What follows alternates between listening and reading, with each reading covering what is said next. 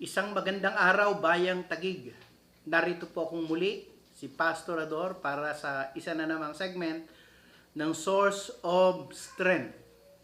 Ngayon pong umaga, nais ko pong dalhin sa inyo at talakayin ng isang katanungang paano tayo mabubuhay ng matagumpay sa gitna ng tila baga walang katapusang problema.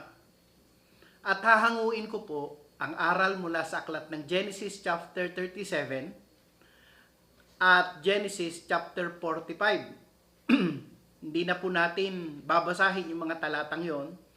Ngunit maganda po na kung meron kayong pagkakataon ay basahin nyo po. Ulitin ko po yung ating teksto, Genesis 37 and Genesis 45. Tayo po sa kasalukuyan ay nasa panahong medyo mahirap sapagkat hindi po normal ang buhay.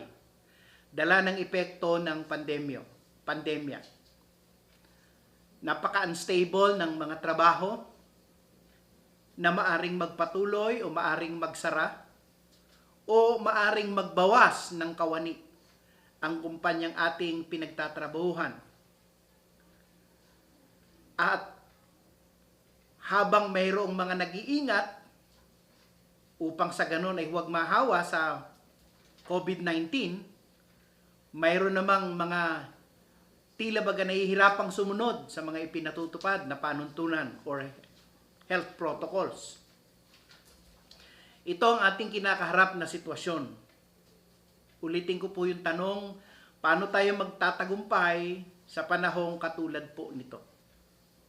Kung mayroong isang tao na nasa kanya ang lahat ng maaring maging dahilan upang hindi siya mabuhay ng matagumpay, ito po ay si Joseph. Una, isipin natin ang kanyang pamilya. Si Joseph po, ang kanyang tatay ay mayroong 4 na asawa. Ang tatay niyang si Jacob. Napangasawa si Leah, si Rachel, si Bilha, si Silpa. At hindi lamang po yun, medyo malaking pamilya po sila. 12 po silang magkakapatid.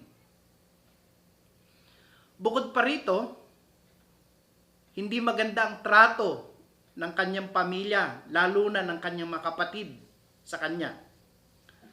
Kung babasahin po natin ang Genesis 37 verse 4, ganito ang nakasulat. Babasahin ko po sa English. When his brothers saw that their father loved him, si Joseph, more than any of them, they hated him and could not speak a kind word to him. Isipin niyo po, walang magandang salitang naririnig si Joseph mula sa kanyang mga kapatid tungkol sa kanya. Idagdag pa riyan yung maagang namatay ang kanyang nanay. At pinalala pa po ito ng sitwasyon na ibenta si Jose ng kanyang mismong mga kapatid sa mga mangangalakal. At yung mga mangangalakal naman pong yun ay nakarating sa Ehipto at ibinenta naman kay Potiphar. Ang asawa naman ni Potiphar ay nagkagusto sa kanya at nang ayaw niya itong patulan, binaliktad po ang sitwasyon, pinalabas na si Joseph ay isang rapist. Natural na kulong ang bata sa salang hindi naman niya ginawa. Pagdating sa kulungan, ano naman ang kanyang naging buhay? Alalahanin po natin na nakulong siya ng walang kasalanan. Nagkaroon na sana siya ng pagkakataong makalaya noong managinip yung 2 kasama niya sa loob ng kulungan, yung tagasilbi ng alak at saka yun pong panadero. Nagkaroon sila ng panaginip at ito po ay ininterpret at ipinaliwanag ni Jose sa kanila at ang kanyang bukod tanging kahilingan kapag nakalaya na itong 2 o nangyari na ay mabanggit naman na ang tungkol sa kanyang sitwasyon sa loob ng kulungan. Alam niyo po yung panaginip na yon na ininterpret ni Jose ay nagkatotoo. Totoo yung interpretasyon. Pinugutan ng ulo yung panadero, napabalik sa trabaho yung tagapaglingkod, no, tagapagsilbi ng alak. Ngunit nakalimutan na nito yung kanilang naging usapan kay Jose. Inabot ng humigit kumulang 2 taon. Isipin niyo po, paano ho tayo mabubuhay ng maayos at magtatagumpay sa ganyang sitwasyong para bagang sunod-sunod ang iyong naging parang kalamidad sa iyong buhay. Sabi ko nga po, kung merong isang taong nasa kanya ang dahilan upang hindi magtagumpay, yan ay si Jose. Kung merong isang taong sobrang sugatan sa kanyang damdamin at na-trauma ng gusto sa kanyang sariling pamilya, yan ay si Jose. Kung meron pong isang tao dito sa ibabaw ng lupa na nabuhay, na nakaranas ng matitinding masasakit or painful experiences, it would be Joseph. Tanong natin, paano nabuhay at nagtagumpay si Jose?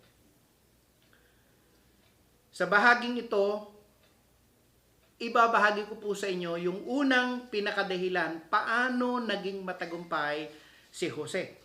At sa susunod na Sabado, itutuloy ko po yung karugtong. Paano naging matagumpay ang batang ito sa kabila ng lahat ng kanyang tila baga sunod-sunod na trahedya sa kanyang buhay. Sitwasyong pwedeng maging dahilan upang hindi siya mabuhay at hindi na siya maaring magtagumpay pa. Pero alam natin po ang kwento dun sa ending, hindi lamang po nagtagumpay si Jose, naging hero po siya sa buong bansang Ehipto o imperyo ng Ehipto. Ito po yung una na naging dahilan kung bakit si Jose ay naging matagumpay. Number 1, ang Panginoon ay naging kasama ni Jose at siya ay naging maunlad. Yan po ang mababasa natin sa Genesis 39 verse 2. Sa makatuwid, ang unang dahilan kung bakit namuhay ng matagumpay si Jose sa kabila ng kanyang mga naging sitwasyon sa buhay ay dahil kasama niya si Lord. Sabi sa Ingles, the Lord was with Joseph. Anong ibig sabihin nun? That Joseph is with the Lord. Yun po ang kanyang pinagtibay. Alam niyo po, kapag kasama mo po ang Panginoon, makakapagtagumpay po tayo. Siya ang mayakda ng ating buhay, siyang nakakaunawa, siyang nakakaalam, at siya ang source ng lahat ng ating kakailanganin upang mabuhay ng tagumpay. Divine strength, divine wisdom, divine provision, divine miracles or supernaturals. Ang Panginoon lamang po makakapagbigay niyan sa atin. At kung mayroong nagpapalakas ng kanyang loob, naniniwala akong yung katatagan ng kanyang relasyon sa Panginoon ang pinagmumulan nito. Mga kapatid, sa ating kasalukuyang sitwasyon, isang bagay ang mahalagang pakatiyakin natin. Magkaroon tayo ng isang napakamatatag at matibay na relasyon sa ating Panginoon. Kapag ka po meron tayong matibay na relasyon, matatag na relasyon, malusog na relasyon sa Panginoon, magagawa po nating magtagumpay sa ating buhay sa gitna ng anumang uri ng suliranin o sunod-sunod mang problema. God will cause us to rise up above all circumstances, no matter how hard it would be. God will give us success. Magandang araw sa ating lahat at nawa po ay nakasumpong tayo ng lakas mula sa mga salitang ito. Again, sabi sa Genesis 39 verse 2, the Lord was with Joseph. Sa Tagalog, ang Panginoon ay naging kasama ni Jose at siya ay naging maunlad. Yun po ang kanyang sikreto. Dalangin ko na sa buong araw at sa buong linggo at sa bawat araw ng ating mga buhay, sa gitna nitong ating kinakarap na pandemya, huwag nating kalilimutang patatagin ang ating relasyon sa Diyos. Pagpalain po tayo ng Panginoong may kapal.